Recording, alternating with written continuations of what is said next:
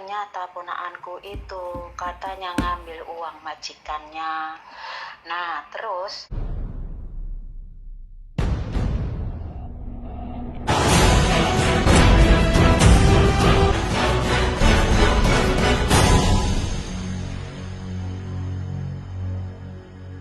Oke teman-teman semuanya, berjumpa kembali bersama saya Wong Andeng Kak Minyak. Ini ada yang Mas, saya kan punya sepupu ya, anak ibuku yang di Hong kita Kong. dengerin Dia ya itu udah teman-teman. hampir 6 tahun kerja di majikan. Tuh. 6 tahun kerja di majikan.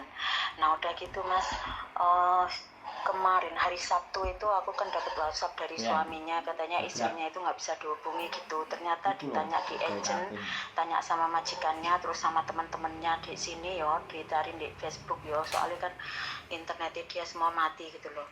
Nah akhirnya ternyata ponakanku itu katanya ngambil uang majikannya. Nah terus di luar itu masih ada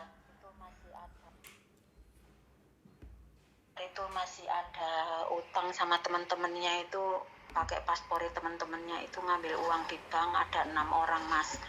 Nah terus uang yang diambil dari majikannya itu katanya yang 10.000 itu pinjem, terus dia ngambil yang jelas-jelas ngambil itu 15.000. Akhirnya sama majikannya dilaporin ke polisi. Terus sekarang itu posisinya itu di penjara Dunmun katanya Mas.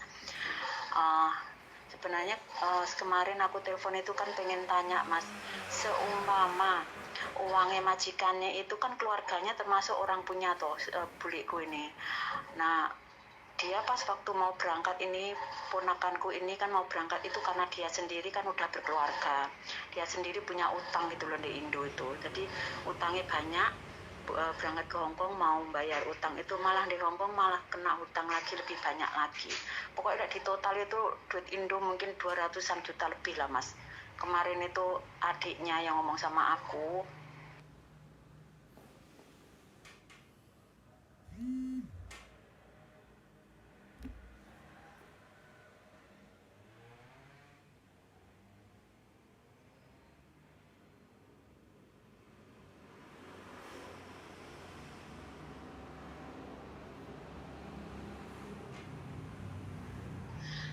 Yang mau saya tanyakan itu gini Mas, apakah kalau uang majikannya itu dikembalikan, apa proses hukumnya itu bisa ini ya Mas, bisa langsung selesai tanpa sidang gitu ya, apa nggak dihukum langsung bisa dipulangkan gitu ya. Pengennya keluarganya itu gitu. Terus uh, yang uang utang-utang ke teman-temannya itu, keluarganya itu juga sanggup balikin Mas. Ibunya itu katanya mau dijualin sawah gitu loh. Kalau sekarang mungkin sampean masih sibuk ya Mas, nanti siang tak telepon buat curhat ya Mas, matur suwun. Oke teman-teman semuanya, luar biasa. Aduh, di Indonesia ngutang, di Hongkong ngutang, nyuri lagi duitnya majikan. Nah ini sekali lagi ya, informasi ini belum terverifikasi dengan baik dan benar ya. Makanya kita mencoba mengklarifikasi atau memverifikasi sebenarnya apa. Tapi kalau dari pertanyaannya mereka, sebenarnya saya simpulkan bahwa untuk kasus itu ya kalau misalnya dibayar ya artinya berdamai ya. Kalau berdamai ya nanti keputusannya pada yang menuntut kan majikannya. Kalau prosesi damainya itu bisa dibayar, saya rasa sih ya nggak ada masalah, paling ya kena blacklist saja karena dia mengakui mencuri kemudian berusaha mengembalikan. Nah itu walaupun tidak diproses secara hukum, misalnya disidangkan dengan majikan dan majikannya mau menarik tuntutan tersebut, sebenarnya bisa berdamai, nggak ada menjadi persoalan gitu aja. Cuman rekod mencurinya ini yang tidak akan hilang sampai kapanpun, dan itu sebenarnya sudah ibaratnya dia mengubur, dia menggali kuburnya sendiri. Hidup yang menggali kuburnya sendiri ini bahaya kan. Jadi dia akan terus seperti itu, makanya dia tidak akan jera dan takut. Makanya sebenarnya kalau saya sih lebih baik memang ya, ya namanya juga saudara, kadang-kadang kan kasihan. Halo, ini orangnya kok nggak ngangkat-ngangkat saya telepon. Jadi kayak gitu ya teman-teman, ini kelihatannya urgent sekali dia. Saya telepon nggak ngangkat-ngangkat, ini ada masalah apa ini? No, kok nggak dapat. Jadi sekali lagi untuk proses-proses hukum di Hong Kong itu ya kurang lebih kita nggak ngerti. Karena perbedaan patokan ya, sekali lagi. Perbedaan patokan antara hukum di Indonesia dengan hukum di Hong Kong. Kalau hukum di Hong Kong berkiblatnya di Inggris, tapi kalau hukum Indonesia berkiblatnya kayak di Belanda. Karena yang lama di Indonesia kan Belanda. Jadi di situ buat teman-teman. Nah, saya sendiri sekali lagi belum terlalu memahami bagaimana pembelajaran tentang pembatalan tuntutan ketika kita sudah berdamai dengan majikan. Nah, seperti itu, atau berdamai dengan yang bersengketa. Tapi kalau penurut dan prinsip saya sih, kalau yang bersengketa juga sudah bisa berdamai, ya menurut saya sih nggak ada persoalan. Menurut saya sih seperti itu sih. Jadi kalau teman-teman bertanya kepada saya, ya saya menjawabnya hanya sebatas itu, baik-baikin aja majikannya untuk agar tidak melanjutkan proses tuntutan ke pengadilan. Nah, jadi ini luar biasa sekali ya kasus seperti ini. Ini kayak sudah menjadi sebuah habit ya. Nah, ini hati-hati dan waspada.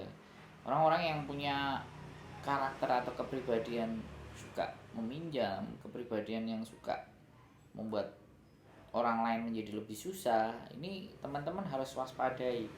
Jadi apapun yang sesuatu manis-manis atau sesuatu yang dirasa kok iming-iming, dirasa sesuatu kok gampang temen, kok enak sekali nawarinya dan semuanya, itu sebenarnya menyimpan tanda tanya besar. Nah, ini yang terjadi, psikologi terhadap kenapa sih teman-teman selain selalu jawabannya kasihan ya kan, selain jawabannya lah saya nggak ngerti ya, selalu jawabannya baik. Makanya ketika kalian dibaikin dengan seseorang, itu yang harus kalian waspadai, karena tidak ada di dunia ini orang yang tidak punya kepentingan. Semuanya punya kepentingan, termasuk saya juga punya kepentingan terhadap teman-teman. Kepentingannya apa? Cerita-cerita masalahnya kalian, kebuntuan jalan berpikirnya sampai saya ajak diskusi. Nah, kemungkinan dan diskusi tersebut itu kita naikkan di dalam konten YouTube, itu kepentingan saya. Jadi selama ini kan banyak untold story, cerita-cerita yang tidak terkuak di Hong Kong.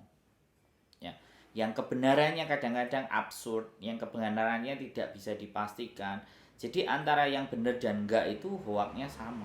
Tapi bukan berarti apa yang saya bikin itu juga sesuatu yang benar atau paling benar. Jadi semuanya masih butuh relativitas untuk ditelaah secara cara berpikir yang berbeda-beda dan masing-masing. Tetapi ketika di konten saya ya persoalan-persoalan dan permasalahan bagaimana solusinya. Karena kadang-kadang yang bercerita itu sebenarnya itu ada yang sebenarnya tidak minta solusi, tapi dia meminta bahwa apa yang dia lakukan itu suruh didukung pembenaran, melakukan pembenaran. Kadang juga yang telepon itu juga play victim, kayak ceritanya laki-laki dah ketipu lah gini-gini, ya udah harusnya udah tahu ke luar negeri itu prosesnya seperti apa. Kalau prosesnya berbayar atau visa turis terus dirubah menjadi visa kerja, itu tidak ada ceritanya. Di negara manapun itu ya tidak ada cara yang seperti itu ya kan. Tapi ya aku nggak ngerti apakah menang benar-benar mereka play victim ataukah memang benar-benar mereka sengaja atau meminta belas kasihan kepada teman-teman yang ada di Hong Kong. Nah, itu semuanya mesti diwaspadai ya. Kasusnya luar biasa ini. Oke, keep stay tune my YouTube channel and see you next video. Bye.